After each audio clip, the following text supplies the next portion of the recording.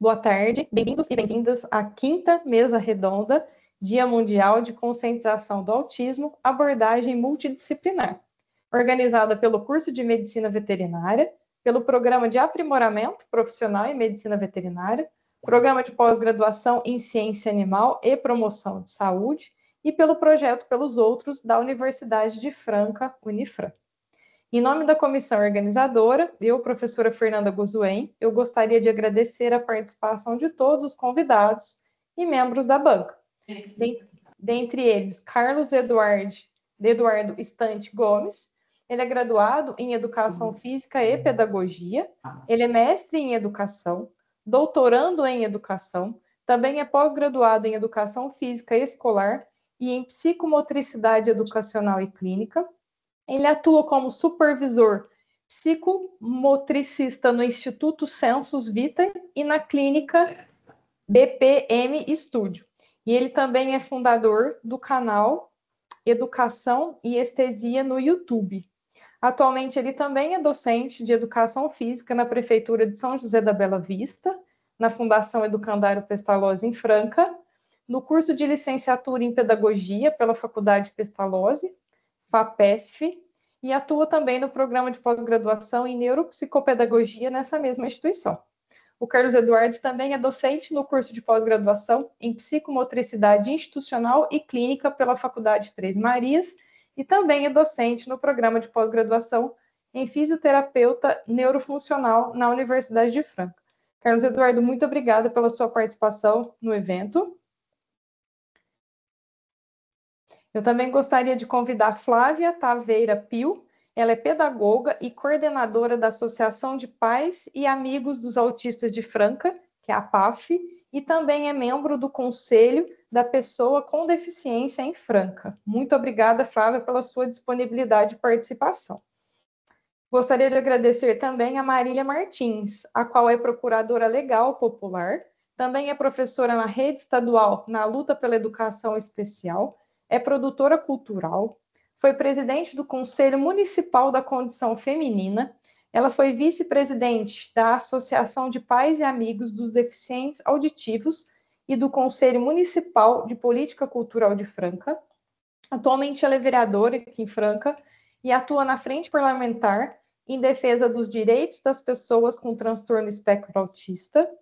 Ela também é procuradora da Mulher e do município de Franca, presidente da Comissão Legislativa de Educação, Cultura, Esporte e Lazer e também é presidente da Comissão Legislativa de Direitos Humanos, Igualdade Racial e Combate ao Racismo.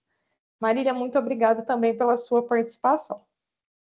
Também gostaria de agradecer o Adoniran Tomás, conhecido como Dino, o qual é psicólogo, adestrador de cães e também membro do Projeto Pelos Outros, o qual é apoiado pela Universidade de Franca. Também agradeço a participação da Luciana Cristina Alves, a qual é mãe de um autista e irá fazer um relato de experiência.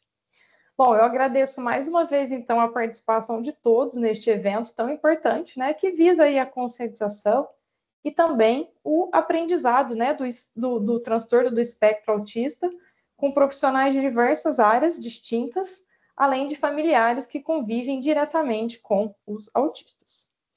Bom, inicialmente, então, eu vou convidar o Carlos Eduardo para abordar sobre os aspectos referentes, né, ao transtorno do espectro autista e sobre a definição, os principais sinais clínicos e o papel, a atuação e os benefícios do educador físico com os autistas.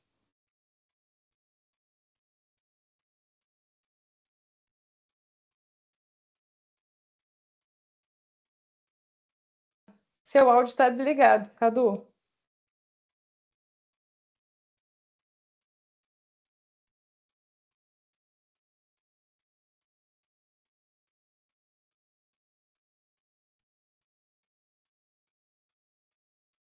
Cadu, talvez se você tirar o fone, desabilita o fone, vai funcionar seu áudio.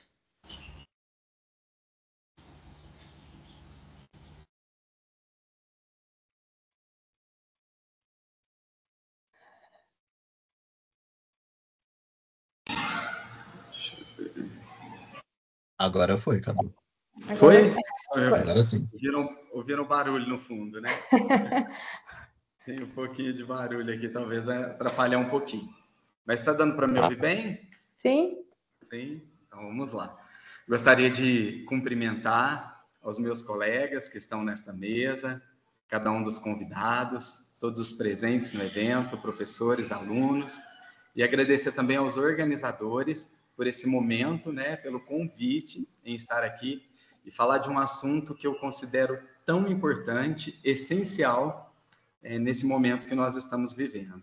Então, eu separei alguns pontos aqui para discutir com vocês, para falar com vocês, um breve resumo sobre todo esse contexto, né, em que nós estamos vivendo, nesse mês de conscientização do autismo. Então, de forma bem reduzida, eu queria perpassar por vários pontos, né, atualizações mesmo sobre o autismo, para que nós possamos aprofundar nossas reflexões com os demais colegas.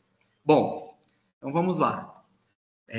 Para a gente entender um pouquinho o que é o autismo, o que causa, como é esse diagnóstico, né? Quais são os principais tratamentos, o que nós temos assim atualizado agora em 2025 sobre o autismo. E para iniciar nossa conversa, é importante nós recorrermos ao Manual Estatístico de Diagnóstico de Transtornos Mentais, que é o da Associação Americana de Pediatria, que nós temos como referência, né? E a revisão, ele foi revisado em 2022, dizendo que o autismo é um transtorno do neurodesenvolvimento. Então, vou explicar um pouquinho melhor o que seria isso.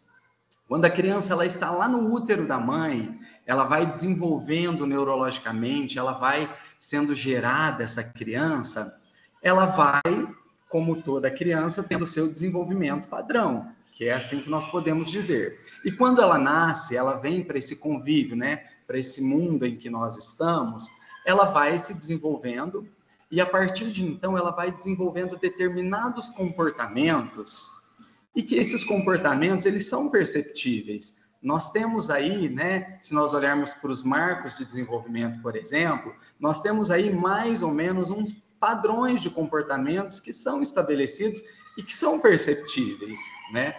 Então, por exemplo, quando a criança começa a falar, quando a criança começa a interagir, o tipo de interação, então esses comportamentos é que nós vamos observando.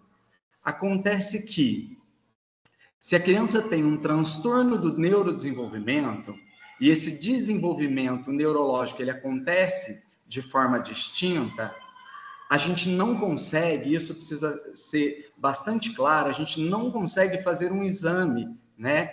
E saber, por meio do exame, que essa criança ela é autista, mas aquela formação, é preciso entender que aquela formação ela aconteceu de uma forma diferente. Na medida que o indivíduo vai crescendo, os seus comportamentos vão aparecendo, vão sendo distintos, na interação com o ambiente, essa criança ela vai tendo prejuízos no seu desenvolvimento que vai sendo possíveis detectar e diagnosticar, que é o caso do transtorno do espectro autista, um transtorno, como eu disse, do neurodesenvolvimento. Assim como nós temos outros transtornos, como TDAH, deficiência intelectual, entre outros. E esse transtorno do espectro autista, para que ele seja apontado assim, ele precisa cumprir alguns diagnósticos, alguns critérios diagnósticos. Mas é importante dizer uma outra coisa, que são as causas. Por quê?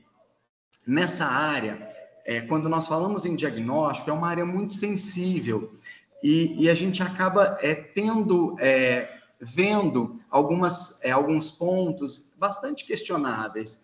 E nós temos... É preciso a gente sempre olhar para as evidências científicas, para as pesquisas, e nós temos muitas pesquisas, a gente precisa olhar para essas pesquisas e entender realmente, de fato, como isso acontece, né? Então, se eu olhar para uma pessoa, para um autista, eu preciso entender que, em geral, esse autista ele é multicausal. Tem vários fatores que contribuem para que ele seja, para que possa chegar a esse diagnóstico. Alguns casos, nós temos sim fatores específicos, que a gente chama, né, de autismo sindrômico. mas a maioria dos casos é multifatorial. Nesses casos, só para a gente ter uma ideia, nós temos mais ou menos 81% de influência genética herdada. Ou seja, você tem uma série de genes que colaboram com aquele quadro. E esses genes alterados podem ser encontrados ou no pai, ou na mãe, ou em ambos. Então, nós temos aproximadamente, olha que interessante, 18% que é influência de genética não herdada. Parece até estranho, né? Mas está no gene, mas não está nem no pai, nem na mãe. E como é que isso acontece? Que é importante também nós entendermos, até para não ter uma visão errada. Acontece que todos nós, sem exceção, nós temos inúmeras mutações que elas vão acontecendo, o gene está de uma forma no pai, está de uma forma na mãe, e quando ela vem para a gente, ele vai sofrendo algumas alterações. E essas alterações, na grande maioria das vezes, elas são irrelevantes, ela não causa nenhum prejuízo, mas ela não produz nada, porque depende de qual região, qual gene e quais aspectos estão sendo influenciados. Então é importante a gente partir desse princípio. Mas, às vezes, o que acontece é que essa alteração ela é justamente numa região que controla aspectos neurológicos. Então, é aí que produz essa alteração orgânica que vai produzindo essa alteração comportamental. E olha só, existe em torno de 0,4% a 1,2% que nós podemos dizer que é fator de influência ambiental. E o que isso quer dizer? Eu acho importante a gente partir desse princípio também. 1% das pessoas, dos casos de autismo, é por causa ambiental. Porque, em geral, nas pessoas, todas as pessoas autistas, é multifatorial. E nesse 0,4% a 1,2% dessa influência é por causas ambientais. E é importante a gente pensar nisso, porque quais são essas causas ambientais que nós conhecemos? E eu quero que assim, a gente possa refletir bastante nesse sentido, porque nós temos aí o consumo de ácido valproico durante a gravidez, que é um anticonvulsionante, né? De infecções durante a gravidez e também um outro fator que as pesquisas apontam é o consumo de maconha durante a gravidez. E há uma série de pesquisas atualizadas que permeiam essas discussões. Então, olha só, talvez aí esteja um motivo da maior confusão. Por quê? Nós estamos falando de um transtorno do neurodesenvolvimento. E aqui nós estamos falando de fatores externos, né? A pessoa diz, mas eu nunca tomei o medicamento, eu nunca fumei maconha, isso está errado. Mas o que acontece não quer dizer que todas as pessoas que tiveram acesso a determinada situação, tiveram infecção ou tomaram medicamento, ela significa que a criança vai ser autista. Se o indivíduo não tiver, isso é muito importante, nenhuma influência genética, ela pode tomar qualquer tipo de ácido valproico, ela pode utilizar maconha, enfim, que o filho não vai ser autista. Então, é importante nós olharmos sempre para a questão genética. Ela precisa ter uma base genética para que esses fatores também contribuem. Tá? Então, esse é um ponto muito importante que nós precisamos pensar, tá certo? Bom, e outro aspecto relevante com relação ao diagnóstico, que nós, para fechar um diagnóstico, quando a gente vem aqui para o Brasil, quem fecha um diagnóstico, quem define é o médico. A princípio, em alguns países, nos Estados Unidos, em outros países, nós temos psicólogos que têm essa autorização, mas no Brasil, somente o médico. Ele pode também, em alguns lugares, aceitam o diagnóstico de um psicólogo, de outros profissionais, mas para bases legais, para conquistar direitos, é somente o médico, tá? E, em geral, a maneira com que é organizado aqui também é pelo médico. Então, vamos lá. Como que esse processo ele acontece? Normalmente, é o pediatra que vai dar esse diagnóstico. Às vezes, em casos mais complexos, passa pelo neuropediatra. E o que acontece? Mas, quando nós pensamos nesse diagnóstico, nós precisamos pensar no quê? Que é importante, que passa por uma equipe multiprofissionais. Por quê? Porque, como eu disse anteriormente, não tem um exame específico que você vá fazer de imagem, enfim, que vá falar, que vá dizer, que vá afirmar que essa criança é autista ou não.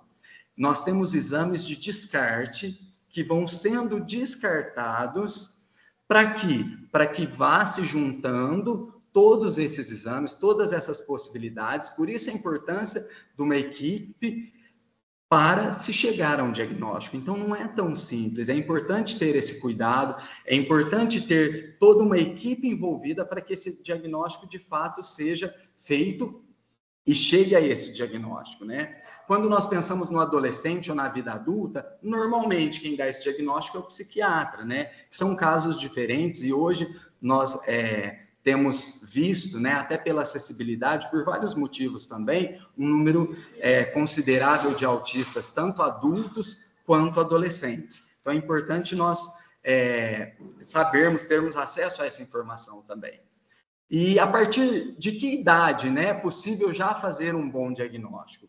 Nós temos pesquisas mostrando que esse diagnóstico ele pode acontecer com 14 meses. Então, portanto, 1 ano e 2 meses já é possível ter um diagnóstico. É claro que não é um diagnóstico estável, mas é um diagnóstico que já é possível ser identificado.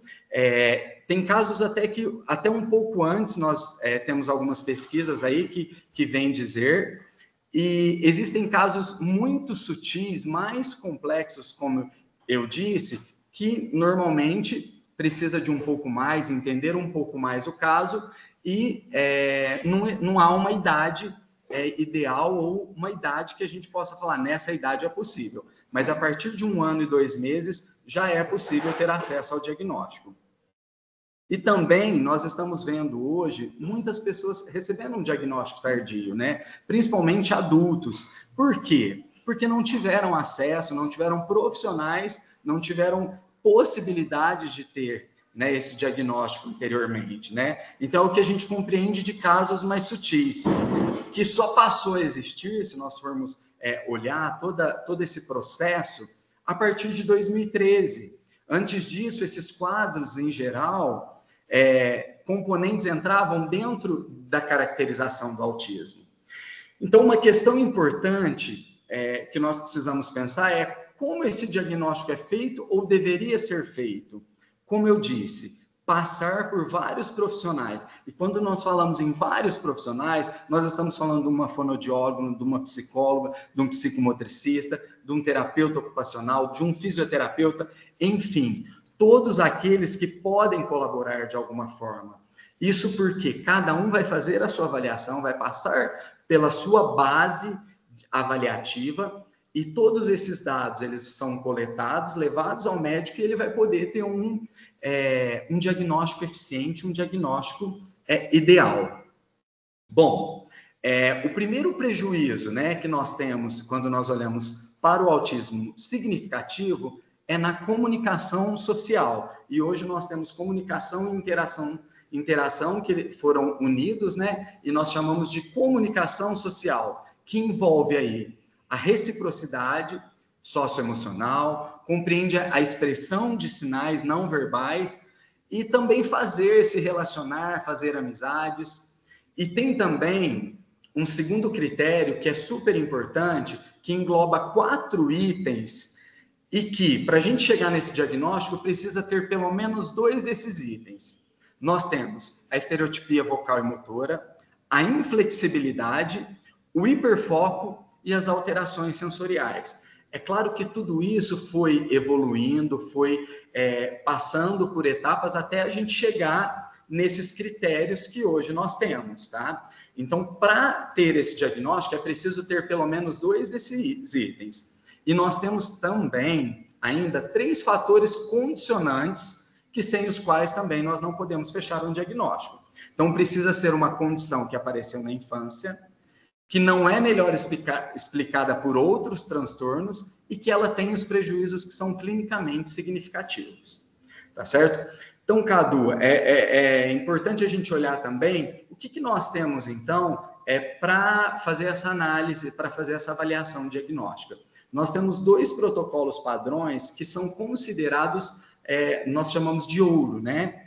Para avaliação diagnóstica, e que é super importante passar por esses 2 protocolos. Por quê? Porque eles também são protocolos considerados, como eu disse, ouro, e que vai viabilizar esse diagnóstico. Nós temos o ADIR, né, o ADIR, né, que a gente fala, ADIR, que é um protocolo muito interessante, que perpassa pelos pais também, e o ADIR-2, que também é ideal e que, de forma colaborativa, vai facilitar esse diagnóstico, tá bom?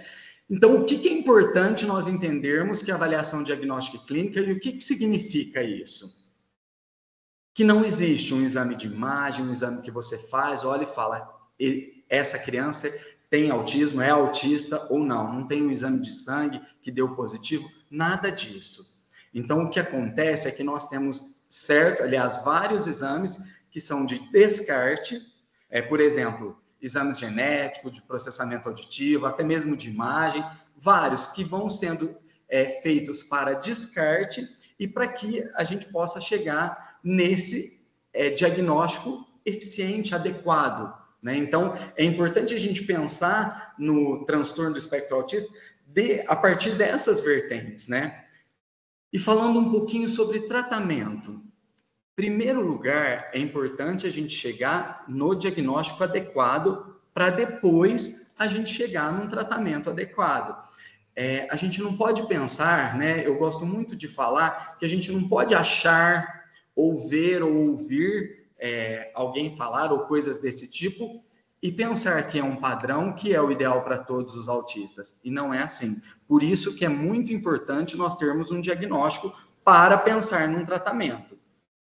E nós chamamos isso de práticas baseadas em evidências. Hoje nós temos, né, existem grandes relatórios aí baseados em evidências, mas no caso do autismo, nós temos um que é o mais importante, que é da Universidade da Carolina do Norte. Ele saiu o primeiro em 2010, depois em 2015, o terceiro em 2020, e esse que é agora o mais recente foi publicado em 2020, e até tem um artigo agora em 2022, propriamente dito, ele traz 28 práticas baseadas em evidências. Então, são 28 práticas que nós estamos falando de intervenções que são a base para o autismo. Nós não estamos falando em medicamento, em suplemento, nada disso. São 28 práticas. E o que nós estamos falando? Da análise do comportamento aplicado, que é uma ciência, né? A ciência que nós também chamamos de terapia ABA. Hoje nós temos, com evidência científica, é uma ciência que é um dos procedimentos de tratamento adequado para o autismo. Então, nós não podemos descartar isso, porque nós temos pesquisas, nós estamos evoluindo nesse sentido, que é um tratamento, né, uma forma de tratamento que é adequada. Mas, por exemplo, nós temos também outros tipos de intervenção que vão beneficiar no desenvolvimento do autista. Por exemplo, a musicoterapia, integração sensorial, terapia cognitivo-comportamental, até mesmo a psicomotricidade, que é da minha área, que nós estamos evoluindo muito em pesquisas. Então, são áreas, cada um na sua especificidade, que vai trabalhar para o desenvolvimento, para potencializar o desenvolvimento dessa criança. A base da intervenção, nós precisamos entender que é a terapia ABA, mas todas essas outras intervenções também são muito importantes. Então, eu gostaria de fechar essa minha fala inicial contextualizando esse transtorno, como se faz um diagnóstico, quem dá esse diagnóstico, e perpassa por vários profissionais. Isso é muito importante. É claro que se a gente for aprofundar nessa discussão, nós vamos ficar aqui horas, né? Porque cada um desses pontos que eu trouxe de forma bem sucinta, bem resumida, nós temos que aprofundar, nós temos que pegar as evidências, as pesquisas para poder chegar, entender de forma com mais propriedade. Bom, e quando nós falamos na educação, que é um dos grandes desafios que nós temos hoje, né? A educação especial, né? Nós temos alguns colegas aqui que vão falar sobre isso também. Primeiro lugar, todo autista tem direito à educação. Isso é direito. Então, nós estamos falando direito. É o primeiro ponto fundamental que a gente não pode abrir mão em nenhuma hipótese. E quando a gente fala em direito, em que educação é essa que nós estamos falando? A grande maioria dos autistas, se a gente for olhar, né, para os dados que nós temos, eles se beneficiam de uma escola comum, de estar numa sala comum. É claro que nós temos casos mais graves, que necessitam de uma intervenção mais específica, mais pontual, que vão precisar de salas especializadas, de escolas especializadas, que são casos muito específicos, eles existem. Mas, no geral, a maioria deles estão numa sala regular, numa sala comum. E é muito importante também, eu queria destacar que aqui no Brasil estamos num movimento, né, que nós estamos vendo, de economizar direitos, de economizar dinheiro nas costas dos autistas. É isso que nós estamos vendo, né? Fechar escola especializada, fechar salas especializadas, né? Que já aconteceu e tem acontecido em quase todo o Brasil. Isso é um movimento muito sério que nós estamos vendo. Mas falando em sala comum, que nós temos a maioria dos autistas, é muito importante que nós olhemos, porque nós precisamos de um plano educacional individualizado. É importante ter um PEI. Isso, inclusive, está no parecer 50, que foi aprovado agora recentemente pelo Conselho Nacional de Educação, que foi homologado pelo Ministério da Educação. Então, é essencial que tenha um plano de ensino individualizado. Essa singularidade, ela precisa acontecer, ela precisa ser descrita nesse plano, precisa de estratégias e intervenções pontuais. Para quê? Para que, de fato, essa educação inclusiva aconteça. Então, o primeiro princípio dentro da educação é esse. E nós não podemos negligenciar isso. E a educação inclusiva, de modo geral, nós temos visto grandes debates, as escolas, a educação buscando muito, né, ampliar esses debates, introduzir, né, dentro das instituições cada vez mais essa inclusão, apesar de todas as dificuldades, né? Por quê? E esse ponto também eu gostaria de chamar a atenção. Isso aconteceu no parecer 50 atualmente, era um documento bastante amplo, com muitos instrumentos ali, muita base em evidência científica, e o que aconteceu? Sofreu uma alteração e quase tudo que tinha documento baseado em evidência científica foi retirado desse documento. Olha a gravidade, né? Então, o que se baseia muitas vezes o documento que nós estamos vendo? Naquilo que eu acho, naquilo que nós vimos que foi funcional ou não. E nós temos no mundo inteiro muitas pesquisas, muitas evidências que não estão sendo valorizadas aqui no Brasil. Isso nós precisamos chamar atenção, por quê? Porque nós damos um passo para frente e às vezes um para trás, né? Então, é uma dificuldade que muitas famílias acontecem, né? Porque esses documentos que vão norteando a educação, que tem sido alvo de muitos debates, às vezes acaba gerando muitas incertezas, às vezes acaba assim, né, deixando de contribuir da forma com que deveria. E olhando um pouquinho, eu quero falar um pouquinho da minha experiência dentro da educação, mais especificamente na educação física, né? O que nós temos visto aí? E eu quero chamar atenção para isso. Nós temos tido formação, sim, mas a maioria das formações que nós estamos tendo dentro da educação, ela é permeada por bases conceituais. Olha que interessante. Então, eu sei sobre o autismo, eu entendo, nós sabemos que tem um movimento muito grande acontecendo, atualizações, isso tudo, nós estamos tendo formações. Mas o que acontece? O que tem faltado, muitas vezes, dentro do espaço educacional? Como trabalhar? Como, de fato, incluir? O que é necessário para que essa educação inclusiva aconteça. E isso também na educação física. E é algo que eu venho buscando, estudando, para quê? para que nós possamos aproximar ao máximo, para que de fato essa educação inclusiva ela aconteça. E analisa comigo, né? Olha, por exemplo, para a aula de educação física, o tanto que é importante, o tanto que nós precisamos enxergar dessa forma. Nós temos como princípio básico, dentro da educação física, atividades corporais, o movimento que permeia a nossa estrutura ali da educação física. E vai favorecer diretamente o quê? Aspectos afetivos, quando a gente propõe atividades práticas, sociais, emocionais, habilidades motoras de uma forma geral, eu estou falando só de algumas, comportamentais, porque diante daquela atividade, daquela situação, é como eu lido com a frustração, com a perda, com o ganhar, com o trabalho em equipe. Então, bastante a questão comportamental, inflexibilidade com relação à regra, rigidez cognitiva. Então, é um momento ali, dentro dessas atividades, uma possibilidade de trabalhar essa flexibilidade, controle inibitório e muitas outras especificidades. Se eu for falar aqui, além do desenvolvimento motor. E o que é importante eu pensar também? Nós temos alguns estudos aí que estão chegando, né, atualizados, de que 80% das pessoas diagnosticadas com autismo, elas apresentam alterações na coordenação motora, ou alguma limitação ou dificuldade. E de 69% a 95% das crianças autistas apresentam transtorno do processamento sensorial.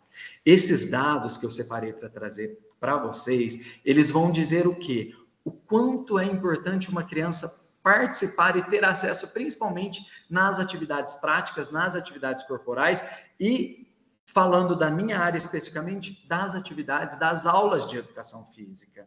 Olha o quanto é importante, o quanto vai beneficiar essa criança, estimulando a coordenação motora, levando em consideração tanto quando nós falamos de coordenação motora grossa, como coordenação motora fina, introduzindo aí essa percepção de movimento, de corpo, trabalhando equilibração, lateralização, motivando essa criança. E quando eu falo no desenvolvimento, nos benefícios dessa criança, nós estamos falando também nos benefícios de todo o grupo que participa, que vive, que tem essa possibilidade. Assim também, questões relacionadas à emoção, limite, respeito, consciência em relação ao ambiente, ao outro, ao meio em que nós estamos inseridos, num contexto social. Então, são muitos aspectos, né, que vão beneficiar quando nós olhamos e que precisa existir e que precisa acontecer.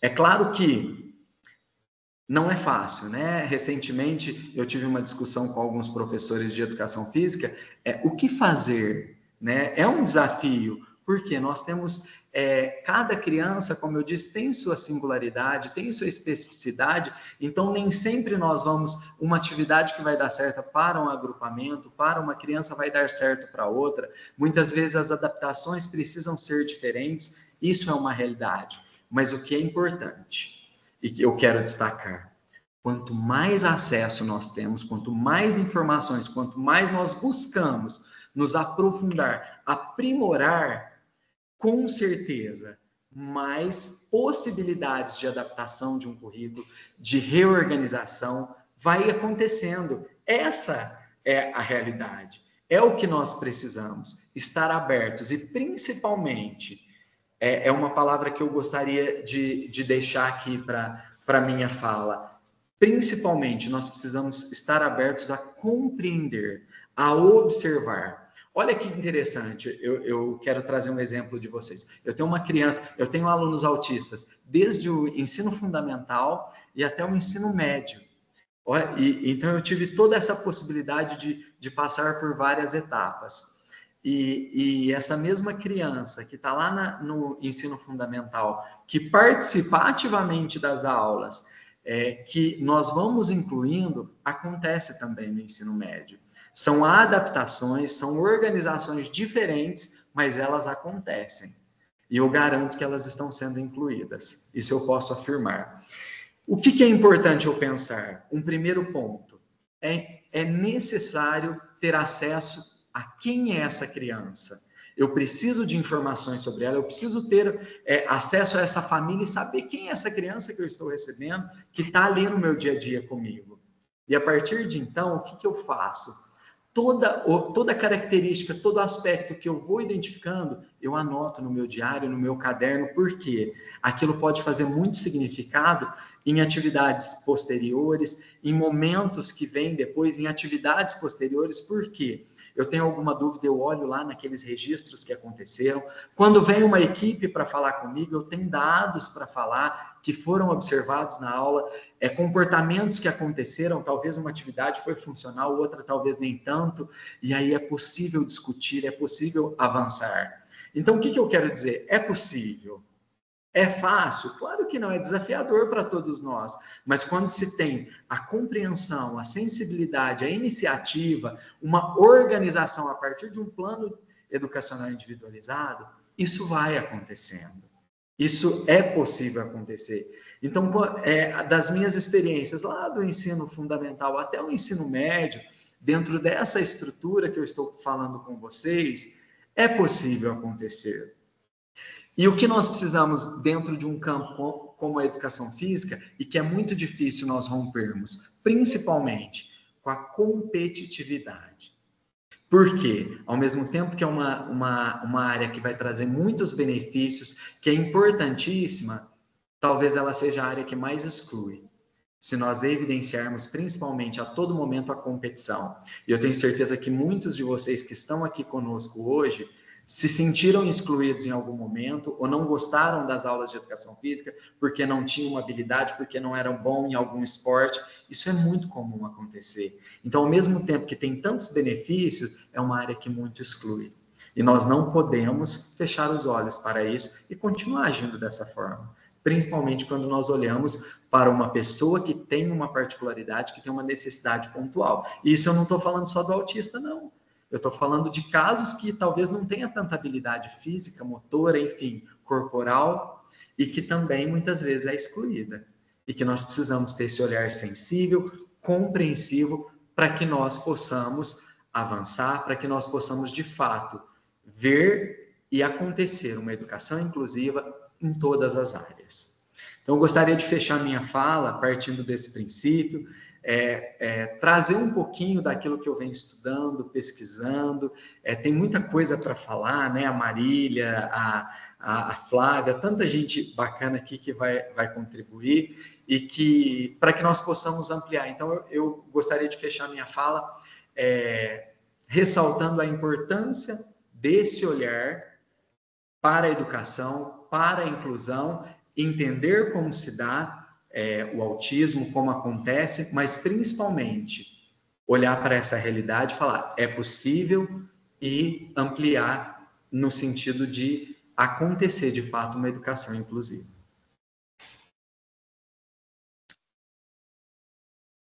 Carlos Eduardo, muito obrigada pelas suas explicações. Eu acho que você abordou aí de forma bem abrangente, né, todas as nossas dúvidas, desde o início lá da genética, enfim, até na educação e na atuação multidisciplinar, né? Muito obrigada pelas suas pontuações. Obrigado, Fernando. Eu que agradeço. Na sequência, eu vou pedir para a Flávia, que é pedagoga, discorrer como que deve ser o suporte, né, e assim, o direcionamento no processo de construção do conhecimento através do ensino para os indivíduos autistas, né, assim como os desafios envolvidos nessa etapa de inclusão escolar. Primeiro, eu queria dar boa tarde, né, aos companheiros que estão aí, ao pessoal que está participando, agradecer o convite pela oportunidade de trazer esse tema que, assim, ele é muito importante, né, para a gente trabalhar. Falar sobre esse suporte e esse direcionamento no processo de construção do conhecimento para esses indivíduos com TEA, para mim, além dele ser uma responsabilidade profissional, é também algo que eu peguei assim como uma missão pessoal, né? Eu acho que o primeiro ponto que é fundamental a gente trazer é entender que o autismo ele se manifesta de formas diferentes em cada indivíduo. Por isso que o suporte pedagógico ele deve ser individualizado, né? Respeitando o tempo, os interesses, a forma de comunicação e as necessidades sensoriais de cada aluno. O processo de ensino, aprendizagem para uma criança com autismo, ele não pode estar baseado em modelos prontos ou padronizados, né?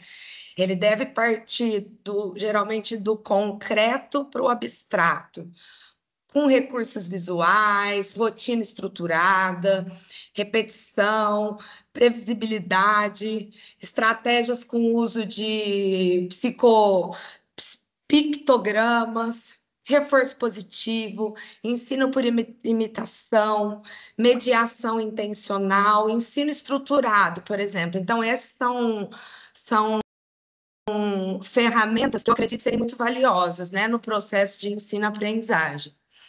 Outro ponto que eu acho essencial trazer é sobre o ambiente escolar, né? Então, esse espaço ele deve estar preparado para acolher essa criança. E quando eu falo de acolhimento, não é só acolhimento físico, né? Mas assim, um acolhimento humano. O professor ele deve estar formado, deve estar assim aberto para compreender que muitos desses comportamentos diferentes, por exemplo, que um aluno com TEA tem, não está relacionado à desobediência, né? Mas muitas vezes formas de expressão. E que muitas vezes também o silêncio é uma linguagem, né, desses alunos. Então, assim, hoje em dia os desafios, infelizmente, eles são muitos. A gente encontra aí escolas com turmas superlotadas, né? Profissionais sem formação específica. Geralmente a gente vê também uma ausência da equipe de multiprofissional, falta de política pública também que garanta esse apoio contínuo. E, além disso, a gente ainda lida com essas barreiras atitudinais, né? Que é dentro da própria escola. O preconceito, a impaciência e aquilo que a gente chama de exclusão velada, né? Então, incluir uma criança autista não é apenas permitir que ela esteja dentro da sala de aula, né? Mas garantir que ela aprenda, que ela se desenvolva e que ela se sinta parte daquele ambiente. E eu acredito que isso só é possível, né, com um trabalho assim coletivo entre professores, gestores, a família, uma rede de apoio também bem larga, bem extensa, que geralmente a gente não tem, né? E assim, enquanto pedagoga, eu defendo que o conhecimento ele é um direito de todos, né? Mas para que este direito ele seja real para as pessoas com autismo, a gente precisa sair do discurso e partir para a ação, né? Então, assim, eu acho formação continuada, adaptações reais, né? E eu acho que acima de tudo, que é um caminho que a gente usa muito aqui na APAF, é uma escuta empática, né? Porque a gente precisa aprender a ouvir, principalmente essas mães, esses cuidadores, né? Então, eu acho que incluir é transformar a escola, né?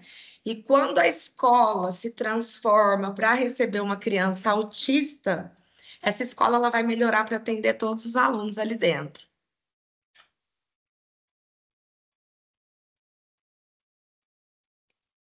Ô, Flávia, e eu gostaria de te perguntar também, de que forma que a Associação, né, dos Pais e Amigos dos Autistas de Franca, que é a PAF, né, tem, Aham. tem contribuído para as pessoas com autismo e com as suas famílias? Tá. A PAF, ela tem um papel, para mim, assim, essencial aqui no município, né? É uma associação que foi fundada por pais e amigos, né, de pessoas com autismo. Nós, hoje, a gente atua na defesa do direito, a gente presta acolhimento e orientação para essas famílias. Além do que, hoje, a gente ainda está...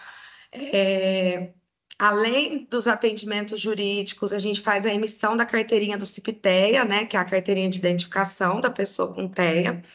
A gente tem grupo de apoios, né, para cuidadores, que aí a gente tem aqui psicólogo, assistente social, temos muitas oficinas culturais aqui, temos também a terapia ocupacional, e agora a gente está, assim, com um espaço estruturado para para que esses atendimentos aconteçam aqui de maneira gratuita, né? Todos os nossos atendimentos aqui são gratuitos. E aí o que a gente tem feito assim muito aqui na cidade, a gente tem tido muito retorno, são essas ações mesmo, igual esse evento aqui que a gente está participando. Nessa semana que passou, nós tivemos uma sequência de palestras todos os dias, né? Tivemos o piquenique no domingo. Então, essas ações que trazem mobilização e conscientização na cidade, eu acho que até a gente participou também junto com a Luciana, né? Que é a mãe que está aqui, que também vai dar o relato, com ela e com a Priscila. A gente também participou pela caminhada da educação especial, além desses eventos aí todos na semana com autismo. Isso é extremamente importante, né, Flávia? É o que você falou, quanto mais evento, mais conscientizar, né, as pessoas aí, Sim. porque é algo extremamente complexo, né, como nós mesmos estamos citando aí, que envolve várias áreas, né?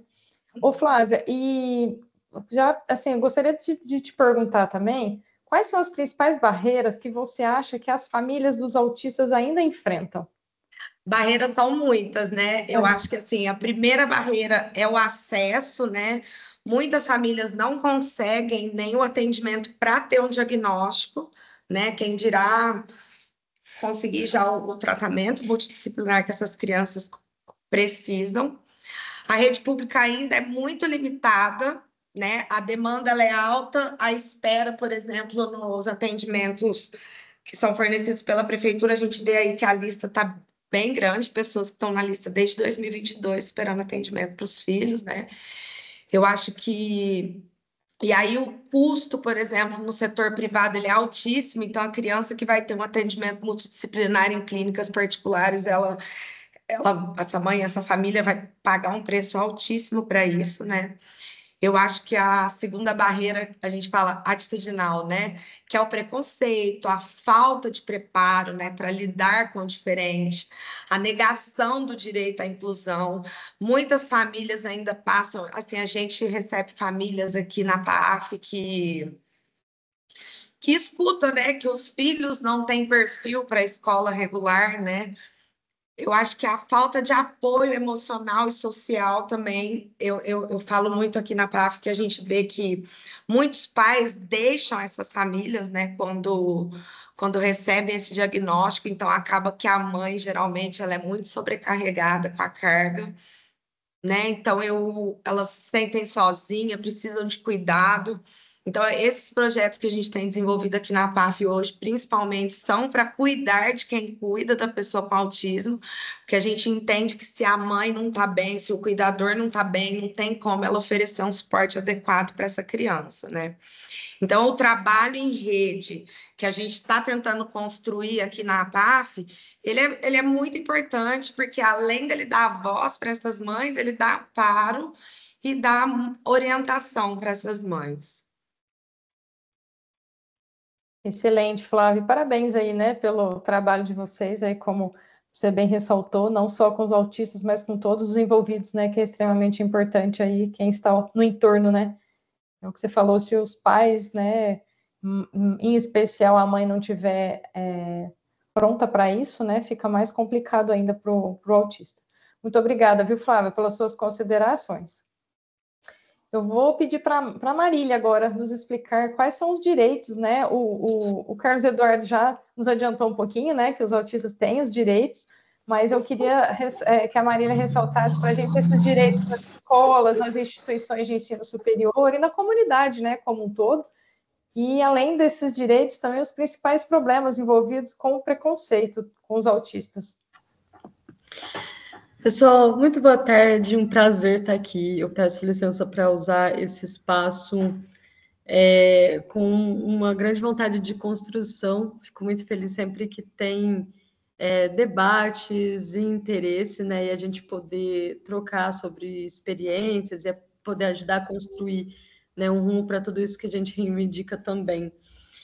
Já foi muito falado aqui, né, as pessoas com o transtorno do espectro autista têm direitos previstos em lei do começo ao fim, né? Saúde, educação, o trabalho, moradia, previdência social, né? Por aí vai. Tem hoje o o símbolo, né, de usar a correntinha que a Flávia falou, que eles né, fornecem também, tem todo esse trabalho que é feito pela PAF, que eu considero que é mais de 50%, faz mais de 50% disso tudo que fala que tem que ser feito, né? Só que é o que a gente pretende quanto políticas públicas, disso realmente estar ao alcance, ao acesso da população. Vamos pensar que, por exemplo, né, a gente que estava ouvindo sobre educação, é um direito previsto. Porém, aqui no estado de São Paulo, se uma mãe, uma responsável, né, pela criança, consegue o laudo e fala: esse meu filho, essa criança, né, esse estudante precisa de um professor auxiliar, por exemplo, hoje a escola não dá, o Estado não reconhece, o Estado hoje, na educação, não reconhece o espaço de uma professora especializada para acompanhamento. E para conseguir esse direito, os familiares têm que entrar na justiça. E a justiça dá, né? Assim, realmente, é só entrar na justiça que consegue. Não precisaria, né, de sobrecarregar o judiciário, se regulamentasse e falasse: olha, vamos seguir a lei, todo mundo aqui, né? Já que está aí previsto, vai ter que ceder. Então, desde o final do ano, tem aí uma luta muito grande pela educação especial na escola do Estado. Eu sou professora da rede estadual também. E quando eu entro nesse mandato esse ano, nas primeiras semanas a gente passa por uma reforma administrativa e aí cai um assunto de reforma administrativa. E foi assim, na segunda e terceira semana de mandato, em janeiro. Então, ninguém havia discutido sobre nada na cidade, né? Os novos que chegaram ali, no meu caso, meu primeiro mandato, eu levei um susto, porque no meio da burocracia toda estavam fechando um espaço aqui na cidade que chama CEI, é um centro integrado, né, de educação integrada, que atendem adultos com deficiência intelectual múltiplas e adultos autistas, preparam essas pessoas para o mercado de trabalho, acompanham até o mercado de trabalho para fazer realmente uma inclusão, não é só falar assim: ó, sua vaga é essa, vai lá e se vira. É um serviço essencial, por exemplo, e que é referência no Brasil inteiro, né? Deveríamos estar assim, a pleno dos pulmões, né, de poder falar que temos atendimento em toda a nossa região, em todo o nosso estado, no Brasil inteiro, por que não? E isso demanda de um interesse, de uma vontade política, né, de se pegar o dinheiro que é utilizado para essa pasta e produzir espaços que acolham, que profissionalizem, que dê amparo e apoio, né, não somente às pessoas com TEA, mas aos seus familiares, né? A Flávia, ela não falou tanto, mas, por exemplo, ela tem esse foco no trabalho, que eu também, trabalhando a promoção de saúde, né? Não só a doença, a promoção da saúde mesmo, eles têm essa preocupação de cuidar de quem cuida, né? E faz anos nesse convívio, eu tomei isso para mim também com o pessoal. Então, a minha ideia é propor políticas públicas também para cuidar, né, dos cuidadores. No Estado, né, só concluindo essa parte, tem uma movimentação de substituição desses professores especializados por cuidadores, porque o Estado não quer mais pagar professores, então eles estão regredindo nesse direito. Talvez vocês já tenham ouvido falar das manifestações que está tendo, a POSP está de greve atualmente também por outros motivos, mas a demanda da educação é justamente falar por aqueles que dependem dos adultos para falar e decidir por eles, né? E essa qualidade dessa educação e da inclusão que se é dada, ela vai reverberar no tipo de sociedade que a gente vai ter daqui a alguns anos, porque depende disso para saber se essas pessoas autistas, se elas estão vivendo suas vidas plenamente, elas estão trabalhando, estão construindo família, né? Que tenha que elas tenham um amparo, né, para o pleno desenvolvimento.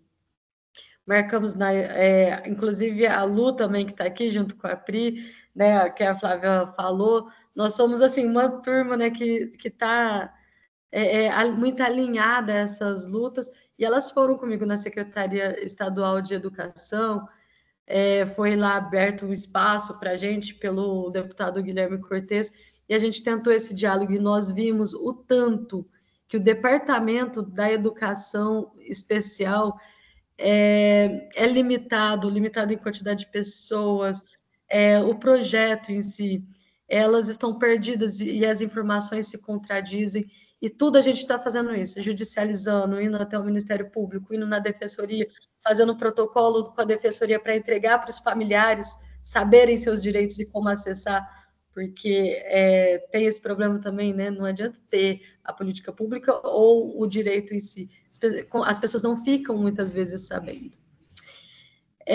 Atualmente temos grupos, na verdade, com professores auxiliares, com pais, né? Toda essa movimentação que vem acontecendo aí nos últimos meses já reuniu uma média de 4 a 5 mil pessoas nesses grupos, onde a gente tem se articulado também para fazer as caminhadas, as manifestações que têm acontecido já em várias cidades do estado.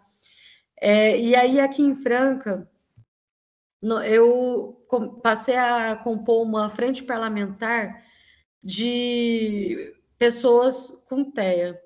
E essa frente vai fazer justamente um estudo, a ideia é a gente ter um pouco mais de diagnóstico do que é oferecido na cidade, pegar todas as iniciativas, fazer um mapeamento, né, com essa história do SEI, que foi esse centro aí.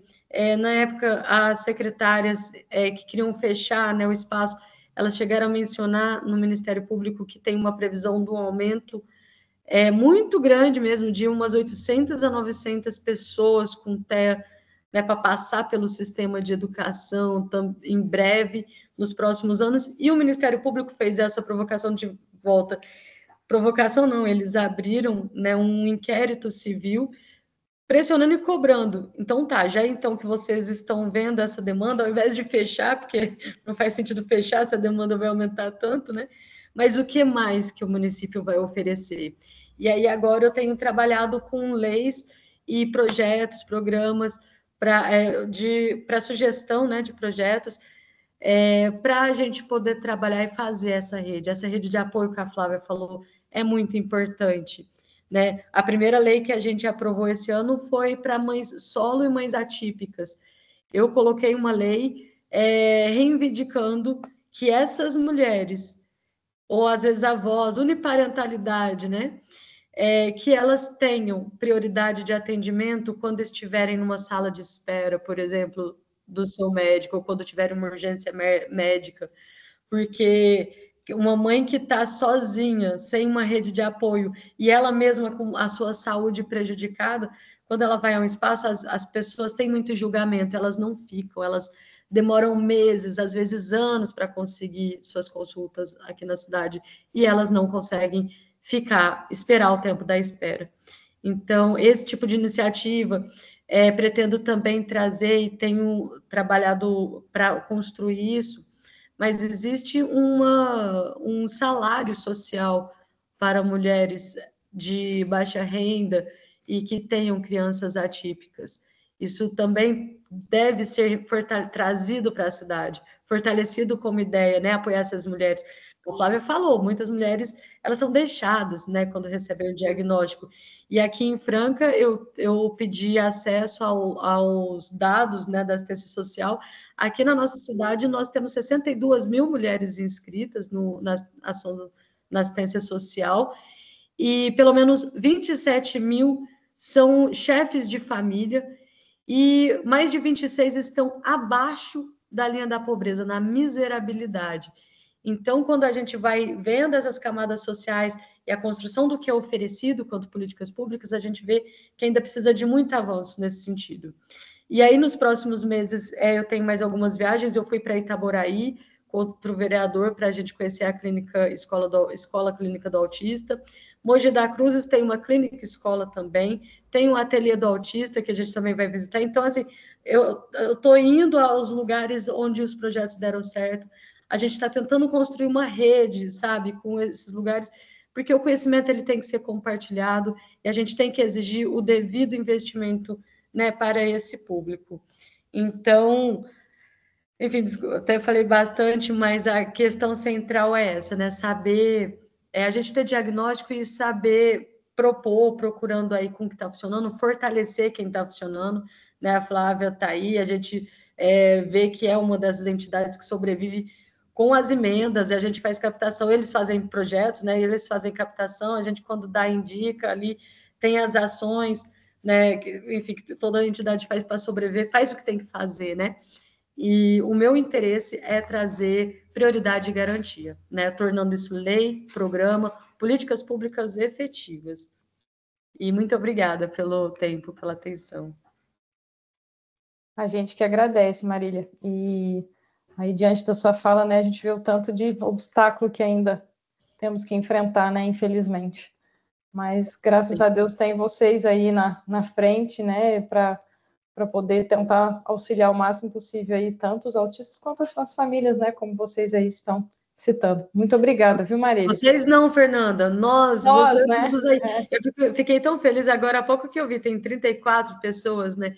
Isso também é válido, reunir para que as pessoas ouçam, sabe? Ai, só quando bate na porta, né? As pessoas se interessam, mas não, vamos olhar para todo mundo. Não pode ficar ninguém para trás, né? Que tipo de sociedade que a gente quer, né? Então, assim, é isso. Muito obrigada. Imagine cada um na sua área poder auxiliar, né? De forma diferente aí, mas com certeza bem colaborativa. E aí, nesse sentido, até, né, sabendo então que o espectro, né, do transtorno autista envolve, né, uma equipe extremamente multidisciplinar, como médicos, fisioterapeutas, fonoaudiólogos, nutricionistas, dentistas, educadores físicos, pedagogos, assistentes sociais e dentre outros vários, né? Eu vou pedir para o Adoniran, para o Dino, né, para ele explicar sobre as vantagens das terapias assistidas por animais, especialmente a cão-terapia, como alternativa complementar aí no auxílio desses casos. Deixa eu ligar meu microfone aqui. Bom, boa noite já é boa noite? Já passou das 6, né? Bom, boa noite a todos. É um prazer estar aqui novamente, né, nessa mesa, com grandes profissionais da área, aprendendo com eles, né? Colocando um pouquinho da opinião e do pouco conhecimento que eu tenho. E dizer que o autismo está aí, é uma situação presente, apesar de muitas pessoas negarem que é algo que não necessita de tanta atenção, mas a gente que trabalha, que vê, né, que luta para que isso aconteça, que tem acompanhado crianças, jovens, adultos no espectro autista, a gente sabe que sim, é uma realidade, né? E a gente hoje tem várias vertentes, né, que ajudam nessa batalha, nessa luta, né? A gente vendo os colegas aí falar, né, do transtorno do espectro autista e as suas dificuldades, a cão-terapia também enfrenta as suas dificuldades, né? Primeiro porque o pessoal acredita que cão-terapia não funciona, né? Muitas pessoas acreditam que não funciona, mas só do fato de você ter um cão na sua casa e ele te despertar emoções, despertar sentimentos, isso mostra que trabalhando com uma criança no espectro autista, você vai despertar a mesma coisa nele. A gente falou aí da inclusão, a cão-terapia passa a ser uma inclusão também, um apoio de inclusão, porque ela auxilia nas terapias tradicionais, na fisioterapia, na fonoaudiologia, na psicologia, né? E ela vem para somar como co-terapeuta, né? A gente vê aí a dificuldade dos pedagogos na sala de aula, porque quando a gente fala em inclusão, é uma palavra muito linda, né? E a inclusão pegou todo mundo de surpresa, foi o que eu senti. Quando fala assim, ó, acabou agora, tem que colocar as crianças autistas na escola, elas têm que ser incluídas, coloca lá, vai se colocando. E o que aconteceu? O professor até então só tinha o curso de pedagogia, ela não tem o curso de psicopedagogia, ela não sabe lidar com uma criança. Né? A minha esposa, por exemplo, é professora de educação física. ela, por conta própria, sem ajuda nenhuma da prefeitura ou do estado, ou que seja do governo, ela tem que buscar de recursos próprios maneiras de interagir com as crianças que estão na aula dela. E o que acontece? Vai se colocando crianças e fala, não posso, o governo, né, que deveria dar o suporte do profissional qualificado para acompanhar essa criança, não provém isso. Então, isso torna apenas uma palavra, a inclusão. Infelizmente, a gente ainda vive isso, né? A gente sabe que, coloca lá, eu vi uma discussão entre os professores que eles não sabiam como abordar uma criança autista em crise. Uns falavam, não pode pôr a mão. Outros falavam, não pode pôr a mão. Não, o outro falava, pega um travesseiro e coloca o travesseiro na frente, uma almofada para conter ele, porque senão ele se machuca. Me fala quantas escolas você conhece que tem uma almofada. Não tem nem material de educação física para o profissional trabalhar. Ele tem que levar carretel de casa, tem que levar... A minha esposa ficou parecendo catadora de reciclado, para poder ter material para trabalhar com os alunos, para trabalhar com as crianças. E ela tem que adaptar a mesma aula dela para criança autista, para criança com deficiência visual. Ela tem que fazer isso. E ela tem que descobrir, ela tem que se capacitar sozinha. Porque nunca o governo, a prefeitura, virou e falou assim, vamos capacitar os professores de sala de aula. Ele só coloca lá, e quando acontece alguma coisa, uma criança parte para cima de um professor em crise e morde o professor e arranha o professor, vira aquela guerra. A criança é mimada, o professor é que não é capacitado, né? E a culpa está em quem? Desvia o foco de quem deveria dar suporte para o professor e quem deveria dar suporte para o aluno, para a criança com autismo. A gente vê as mães aí lutando, né, para poder conseguir incluir os seus filhos, mas as famílias são sobrecarregadas. Essas famílias sobrecarregadas com o quê? Com as terapias que elas têm que fazer, muitas vezes não tem o suporte governamental para se fazer essas terapias de graça, então elas têm que levantar fundos para fazer essas terapias, e ainda tem que arrumar um advogado, lutar na justiça. Isso causa desgaste, enquanto ela poderia estar trabalhando no desenvolvimento do filho dela ou da filha dela.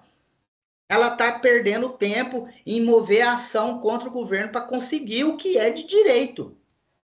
Como a vereadora Marília falou, é um direito, mas não. Se é um direito, cumpre o direito, mas não. Tem que fazer o governo faz vista grossa e a família tem que entrar na justiça para poder conseguir o que lhe é de direito. Isso deixa a gente indignado. Quantos professores como o Cadu você conhece em Franca? Me fala me fala mais dois, mais três. São poucos, você conta no dedo professores que são engajados, que querem fazer a diferença, né? Mas nem todos. O que acontece quando cai uma criança autista na sala de aula dele? Ele é rotulado. A primeira coisa que um professor faz que não é capacitado é falar assim, meu Deus, 35 crianças e mais 2 autistas na minha sala. E agora, o que eu faço? É a realidade. Agora, voltando para a minha canterapia, que eu precisava fazer esse desabafo, que é o que eu vivo aqui também, e eu vejo os colegas falando, e eu também tinha que trazer isso à tona, porque já que está uma sala muito assistida, com bastante gente, a gente tem que colocar na cabeça dessas pessoas o que realmente acontece, e não romantizar o autismo. Igual a gente está se vendo nas redes sociais, está se vendo em TikTok, está se vendo no Instagram. Outro dia eu vi uma mãe comentando que, ai, que delícia, eu queria ter uma criança autista. Não podemos romantizar. O autismo dá trabalho, ele atrapalha a vida de quem tem o autismo e a vida também das pessoas que cuidam dessas crianças, de jovens, de adultos. E a gente tem que pensar que essa criança hoje vai crescer e um dia os seus pais, a verdadeira pessoa que vai faltar na vida dela, e quem vai assumir isso? Quem vai assumir esse jovem? Quem vai assumir essa criança? Infelizmente, a gente sabe que ninguém.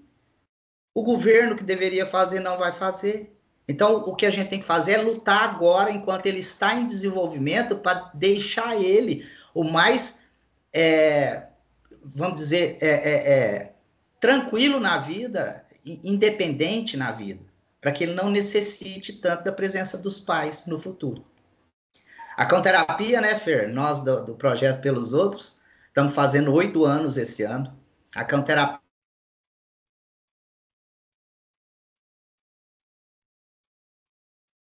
Dino, Fazia a cãoterapia aqui na Cidade de Franca. Oi? Não tinha Saiu? travado seu áudio, agora voltou. Travou? Ah, tá. Eu já há 8 anos estamos com o Projeto Pelos Outros, né? E há bem antes eu já trabalho com a cãoterapia, né?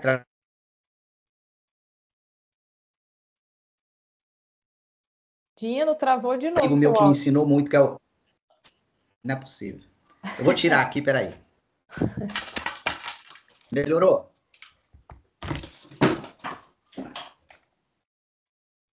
Melhorou, Fer? Melhorou. Aí. Eu trabalho com uma criança, eu aprendi muito com um jovem, que é o Vitor Vanzella, inclusive ele já participou dessa mesa. Ele é um jovem autista, né? Suporte, é o Asperger, né? O antigo Asperger.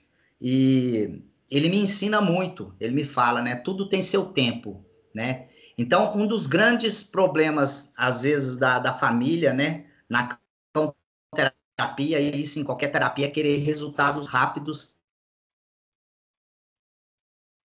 Dino, travou de novo.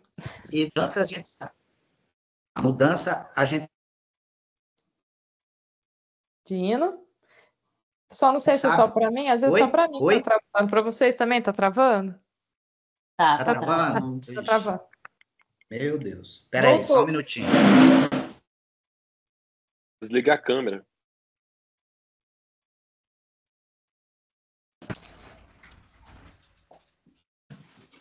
Agora melhorou? Vou deixar a câmera desligada. Melhorou.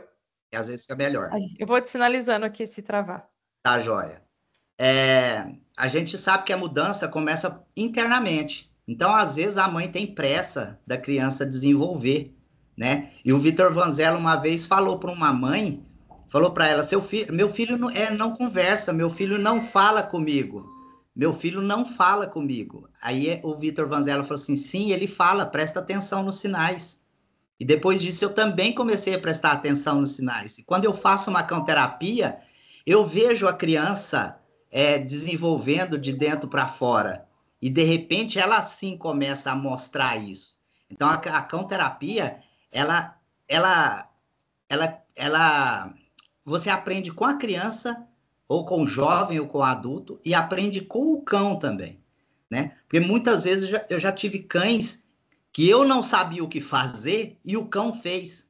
O cão trabalhou na hora e eu deixei ele trabalhar, fluir, e ele conseguiu. Por exemplo, eu tinha uma criança, a gente estava fazendo uma sessão de cãoterapia no polo esportivo, e a criança entrou em crise. A mãe tentou de lá, tentou de cá, e falou, não vai ter jeito. De repente, a Andora, o Golden que eu tinha antes, começou a andar em círculo, em volta dele, e encostar nele, e passar.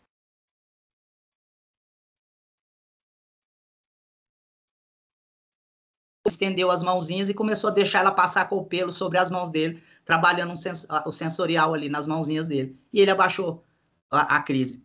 Não precisou da gente colocar a mão. O cão fez isso. E se você perguntar se eu treinei o cão a fazer aquilo, eu não treinei o cão a fazer aquilo.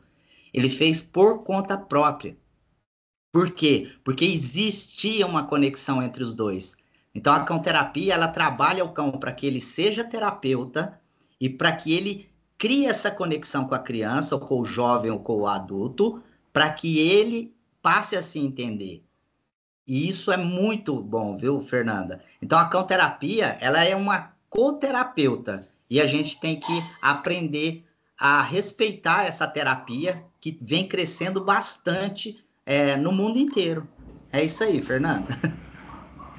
Ô, Dino, e conforme até a Flávia disse, né, que dos projetos que ela tem lá, que envolve não só os autistas, mas as pessoas envolvidas, né, ao derredor, a família, os funcionários, e é o que a gente vê aí no Projeto Pelos Outros, né, que a gente a atuação do cão-terapeuta não é só com o autista, mas com todo mundo que está envolvido, né, assim, é algo extremamente gratificante para a gente, o tanto que isso se estende, né, a todos os envolvidos.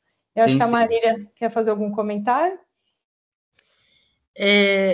Dino, eu só queria comentar primeiro que eu gosto muito do seu trabalho, já aproveito para tietar um pouquinho, mas você falou, né, sobre essa terapia, e quando a gente teve uma caminhada num desses protestos da educação especial em Ribeirão Preto, eu conheci lá um grupo do Cão Paixão, e eles levaram todo o grupo, né, dos cachorros junto com eles, e foi uma interação realmente maravilhosa.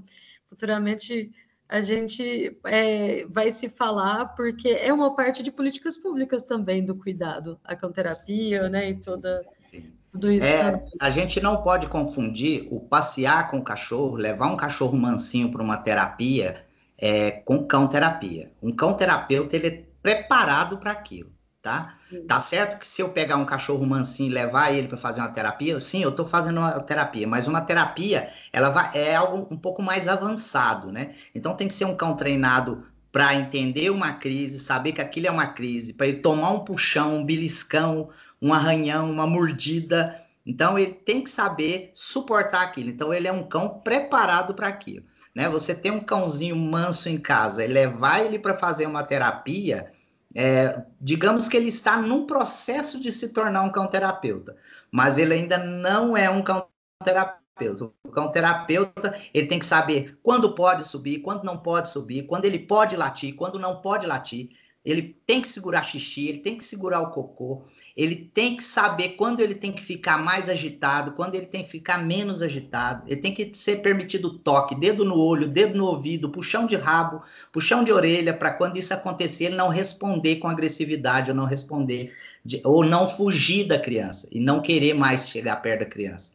Porque a cão-terapia, ela faz parte de uma inclusão, e se o cão excluir a criança, né, ou o jovem, ou o adulto, ou o idoso, ele vai se sentir mal, ele vai falar, puxa, nem o cão me quer, né? Então a gente tem que treinar o cão para que ele seja acolhedor, mesmo diante de uma situação que vá judiar dele num primeiro momento. É lógico que a gente não vai deixar uma criança em crise machucar o cachorro, a gente vai parar ali, né? Mas o cão, naquele momento, ele tem que suportar e continuar ali, porque ele sabe que a gente vai intervir. Ô, Dino, e assim como eu parabenizei os outros profissionais, também te parabenizo e aproveito a ocasião mais uma vez para agradecer a participação aí do Projeto Pelos Outros, por fazer parte também desse projeto que não só atua com os autistas, né, mas com idosos, acamados, moradores de rua. Então, parabéns aí, porque você tem um feeling perfeito com isso aí, né, e agora também é psicólogo. Então, Isso. unindo aí todos os seus conhecimentos, você torna o projeto cada vez mais enriquecedor. Muito obrigada. Lembrando Viu? que agora a gente tem um cão também de cama, né? A gente tinha um cão de solo, um cão de colo, e agora tem um de cama, que a gente tem a Fanta, que é um cão de solo, que é um Golden Retriever treinado, e a gente tem a Bigorna, que é um cão de colo, que sobe no colo de cadeirante, fica criança, tudo.